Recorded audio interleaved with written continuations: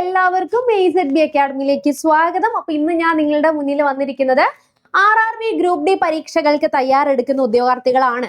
ഇനി വരാൻ പോകുന്ന നോട്ടിഫിക്കേഷൻ സമയത്ത് നിങ്ങളുടെ പഠനത്തിൽ നിങ്ങൾ വരുത്തുന്ന ഏറ്റവും വലിയ പിഴവുകളും ഈ തെറ്റുകൾ ഇനി വരുന്ന പരീക്ഷയിലെങ്കിലും നിങ്ങൾ ആവർത്തിക്കരുത്.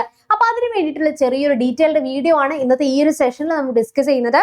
അപ്പോൾ എല്ലാവർക്കും അറിയാം 2026 RRB ഗ്രൂപ്പ് ഡി നോട്ടിഫിക്കേഷൻ ഈ വരുന്ന ജനുവരി 31-ാം തീയതി എന്ത് ചെയ്യാൻ പോവാണ്, റിലീസ് ചെയ്യാനായിട്ട് പോവുകയാണ് അല്ലെ.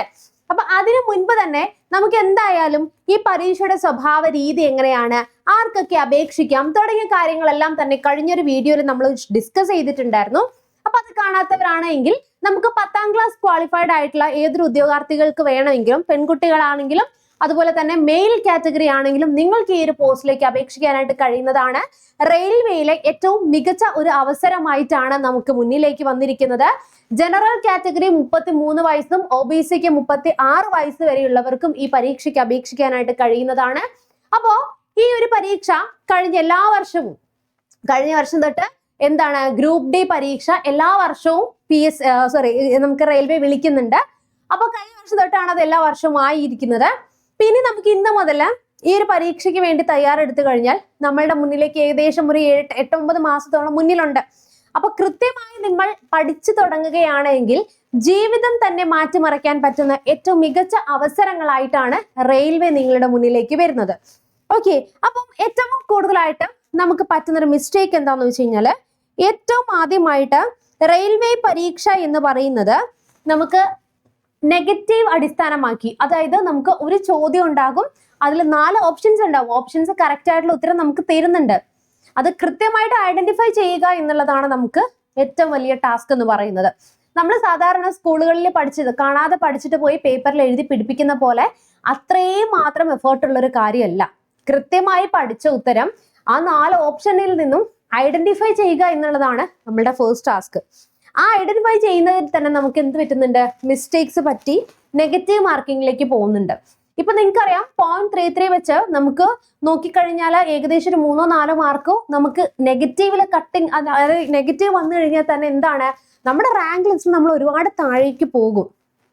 Maximum number of questions attend ചെയ്യാന്നുള്ള കാര്യം, അതിൽ നെഗറ്റീവ് വരുത്താതെ എത്രമാത്രം ചോദ്യങ്ങൾ നിങ്ങൾക്ക് ചെയ്യാൻ പറ്റുന്നുണ്ട്, അതാണ് ഏറ്റവും വലിയൊരു കാര്യം എന്ന് പറയുന്നത്.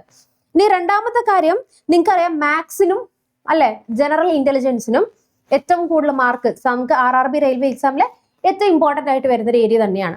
അപ്പൊ അതില് നമ്മൾ പഴയ രീതിയിൽ നമുക്ക് ഏറ്റവും ചുരുങ്ങിയ സമയത്തിൽ മാക്സിമം ക്വസ്റ്റ്യൻസ് ചെയ്യുക എന്നുള്ളതാണ്. പെൻ ആൻഡ് പേപ്പർ മെത്തേഡും അതുപോലെ ഇക്വേഷൻസ് ഒക്കെ വെച്ച് നമ്മൾ ചെയ്യാൻ പോയി കഴിഞ്ഞാൽ നമുക്ക് ഒരുപാട് ടൈം അവിടെ പോകും. അപ്പൊ ഈ പറഞ്ഞിരിക്കുന്ന ടൈമിന്റെ ഉള്ളിൽ മാക്സിമം ക്വസ്റ്റ്യൻസ് അറ്റൻഡ് ചെയ്യണമെങ്കിൽ നമ്മൾ എന്ത് ചെയ്യണം, ഓൾഡ് മാത്ത് മെത്തേഡ്സ് മാറ്റിയിട്ട് പുതിയ രീതിയിലുള്ള ഷോർട്ട് കട്ട്സും ടിപ്സും ട്രിക്സും ഒക്കെ യൂസ് ചെയ്തിട്ട് എന്ത് ചെയ്യണം, മാത്സ് ഒക്കെ പഠിക്കണം. ഓക്കെ, ഇനി വളരെ ഇമ്പോർട്ടൻ്റ് ആയിട്ട് ഞാൻ പറയുന്ന കാര്യമാണ്, നമ്മൾ പഠിക്കുമ്പം നമ്മൾ PSC ഒക്കെ പഠിക്കുന്ന രീതിയിൽ തന്നെ സയൻസിനെ അപ്രോച്ച് ചെയ്ത് കഴിഞ്ഞാൽ യാതൊരു ഗുണവും നിങ്ങൾക്ക് റെയിൽവേ എക്സാമിന് ഉണ്ടാവില്ല. നമുക്ക് SART അല്ല അവിടെ നോക്കേണ്ടത്, നമുക്ക് നോക്കേണ്ടത് NCERTs ആണ്. അതായത് CBSEയിലെ 8, 9, 10 അതിൽ ഓരോ ടോപ്പിക് വൈസ് ആയിട്ട് ടെക്സ്റ്റ് ബുക്ക് മാക്സിമം നിങ്ങൾ എന്ത് ചെയ്യണം, പഠിക്കണം. ഓരോ ടോപ്പിക് അനുസരിച്ചിട്ടുള്ള NCERTs ആണ് നിങ്ങൾ അവിടെ ഇമ്പോർട്ടൻസ് കൊടുക്കേണ്ടത്. അപ്പൊ സയൻസിന്റെ ഒരു പ്രത്യേകത എന്ന് പറഞ്ഞു കഴിഞ്ഞാൽ, ഈവൻ ഞാൻ എല്ലാ ലെവലിലും സയൻസ് എടുക്കുന്നത് തന്നെയാണ്, റെയിൽവേയുടെ സയൻസിന്റെ രീതിയിൽ വല്ലാത്ത വ്യത്യാസമുണ്ട്. അതായത് നമുക്ക് ആപ്ലിക്കേഷൻ ലെവൽ ക്വസ്റ്റ്യൻസ് കൂടുതൽ ചോദിക്കുന്നുണ്ട്, ന്യൂമറിക്കൽ പ്രോബ്ലംസ് കൂടുതൽ ചോദിക്കുന്നുണ്ട്. അപ്പൊ നമ്മുടെ ചാനലിൽ തന്നെ നമ്മൾ റെഗുലർ ആയിട്ട് സയൻസിന്റെ ക്ലാസ്സസ് ഒക്കെ നമ്മൾ ലൈവിൽ പോവാറുണ്ട്. അപ്പൊ നിങ്ങൾ ചാനൽ ചെക്ക് ചെയ്ത് തന്നെ നമ്മുടെ കോണ്ടന്റ്സ് നിങ്ങൾക്ക് അവിടെ കാണാനായിട്ട് പറ്റുന്നതാണ്. ഓക്കെ, അതേപോലെ തന്നെ ഇമ്പോർട്ടൻ്റ് ആയിട്ട് ഞാൻ പറയുന്ന പോലെ തന്നെ നമുക്ക് ജനറൽ സയൻസിന് 25 മാർക്ക് വരുന്നുണ്ട്. റീസണിങ് അതുപോലെ തന്നെ നമുക്ക് മാത്ത്, റീസണിങ് എല്ലാം കൂടെ കൂടിയിട്ട് നമുക്ക് അവിടെ തന്നെ ഒരു 80 മാർക്ക് അവിടെ വരുന്നുണ്ട്, എല്ലാം കൂടെ കൂടിയിട്ട്. അപ്പൊ ആ ബാക്കിയുള്ള മാർക്കിൽ തന്നെ നിങ്ങൾക്ക് GK GS CA കൂടെ കൂടിയിട്ടാണ് 20 മാർക്കൊക്കെ വരുന്നത്. അതിൽ തന്നെ നമ്മൾ ഇമ്പോർട്ടൻസ് ആയിട്ട് നോക്കേണ്ടത് ഏതാണ്, കറണ്ട് അഫേഴ്സ്, അതുപോലെ തന്നെ സയൻസ്, റീസണിങ്, അതുപോലെ നമുക്ക് ന്യൂമറിക്കൽ ആപ്റ്റിറ്റ്യൂഡ്. അപ്പൊ ഇങ്ങനെയാണ് നമുക്ക് എന്ത് വരുന്നത്, ഏറ്റവും കൂടുതൽ ഇമ്പോർട്ടൻ്റ് ആയിട്ട് നമ്മൾ പഠിച്ചു പോകേണ്ടത്. അപ്പൊ ഇതിൽ തന്നെ ജനറൽ സയൻസിൽ ഫിസിക്സിൽ നമുക്ക് ബുദ്ധിമുട്ട് വരുന്ന ന്യൂമറിക്കൽ പ്രോബ്ലംസ് ആയിരിക്കും.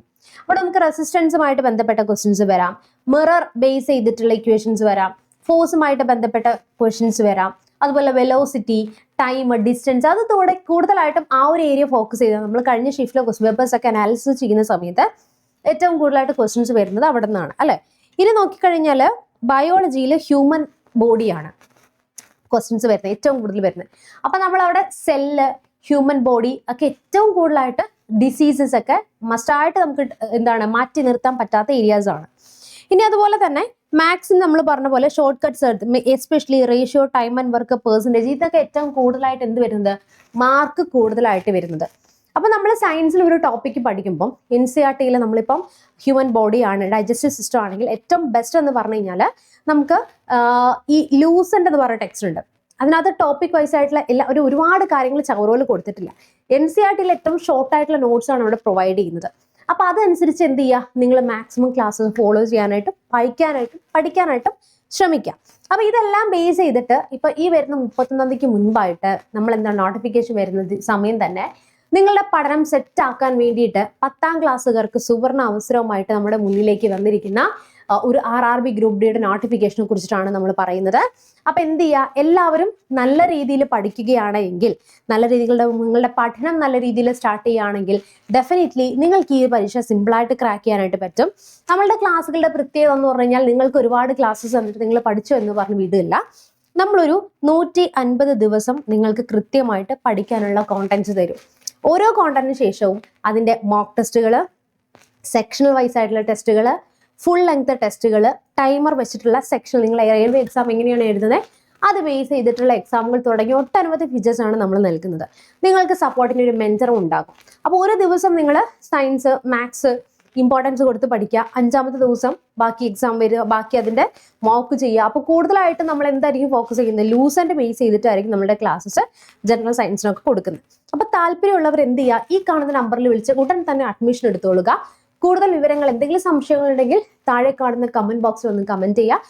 നിങ്ങൾ വരുത്തുന്ന നിങ്ങളുടെ പഠനത്തിലെ ചെറിയൊരു കാര്യം ശ്രദ്ധിച്ചാൽ തന്നെ നിങ്ങളെ റാങ്ക് ലിസ്റ്റിൽ എത്തിക്കാനും ജോലിയിൽ കയറ്റാനായിട്ടും നിങ്ങൾക്ക് തന്നെ സാധിക്കുന്നതാണ്.